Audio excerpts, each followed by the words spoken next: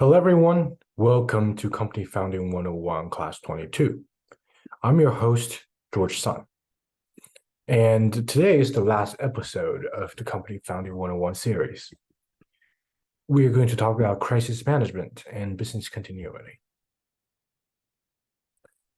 So we need to first unpack the crisis management plans and protocols. So there are risk assessments. And first, there are potential threats that you got to identify, which involves internal and external risks, from natural disasters to cyber attacks. For example, I'm a current freshman at the University of Michigan. A couple of days ago, in the start of the semester, we got attacked by, we have a cyber attack. So those are external risks. The likelihood and impact of such threats is important as well. You got to rate potential threats based on probability and potential harm to prioritize planning. Response protocols, you got to have immediate response, which means steps taken in the initial moments after identifying a crisis. Because in businesses, there's always going to be crisis. And how you approach and solve those crises determines your business success or not.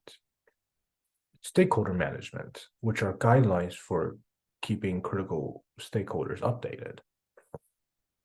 And resolution and recovery, which are steps to manage aftermath and to minimize the damage which returns to normal operations. For example, COVID is a good example because COVID is definitely external risks a lot of people didn't expect. And in the resolution and recovery, it's like, how do you get back to the new normal after the pandemic? And the strategies to mitigate business disruptions are as follows. The first, you need a regular drills, which simulation exercises, which simulate possible crisis scenarios to test and redefine protocols. That's why in schools that we always run fire drills, because those are some simulation exercises to see if those protocols make sense in actual fire. And feedback improvement. So after every drill you do, you need to gather feedbacks to identify gaps and make necessary adjustments to such, which involves with diversification as well, which the supply chain engage with multiple suppliers with diversified production locations to reduce dependency, and revenue streams, diversify products, services, or market to minimize the impact of disruption in any one area. What are some recovery tactics, you might ask? So first, you need to run an impact analysis, which is BIA. It's a systemic process to determine and evaluate and the potential effects of these interruptions. And prioritization, based on BIA, identify which operations are essential to resume immediately and which can wait. You got to list things out. You can't do everything at the same time because that will just drag your efficiency down and not minimize your damage. Stakeholder communication is extremely important.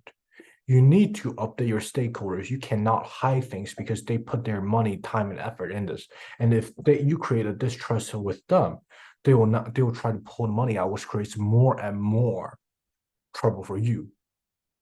And feedback channels, create channels for stakeholders to communicate their concerns back to the organization. The pillars of business continuity and resilience is as follows. First, adaptability, which involves agile frameworks, which involves the methodologies allowing for quick pivoting in response to external shifts.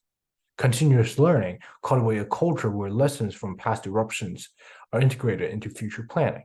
Redundancy, backup system beyond IT, think of alternative suppliers, backup power sources, and even secondary business locations.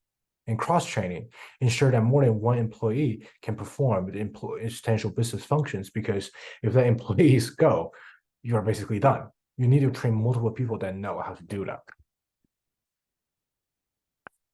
Financial considerations is also important in managing crisis because there are emergency funds. You need to set aside around 3 to 6 months of operating expenses as much as possible, because this cushion can be invaluable during the prolonged crisis. For example, like COVID, a lot of businesses didn't just went to dust because they didn't have these money. They didn't set off enough, operating expenses, and they're not quick as in shifting. And accessibility, ensure that these funds are easily accessible without potential penalties for early withdrawal. Insurances, which you need tailored coverage. Understand the specific risk to your business faces and ensure your insurance covers them. This could range from flood insurance to cyber breach coverage and stuff like that. And regular reviews. Annually review and adjust your coverage based on evolving business needs and potential new risks. So what are some key takeaways from crisis management, these slides? You need to have proactivity over reactivity. Always stay ahead. While it's possible to predict every potential crisis, a proactive mindset can mitigate the damage. Scenario planning. Regularly update and expand scenarios to ensure a comprehensive approach to potential threats. Collaboration is crucial as well, which team synergy and united team can rapidly address and overcome challenges, which foster a culture of open communication and mutual respect. And external alliances are important too, because partner with other businesses, community group, or industry associations for shared resource and knowledge as well. So believe you can be successful. And thank you so much for listening. Please email me if you have any questions and potential partnerships. And the series 2 is coming soon as well. See you in the next series.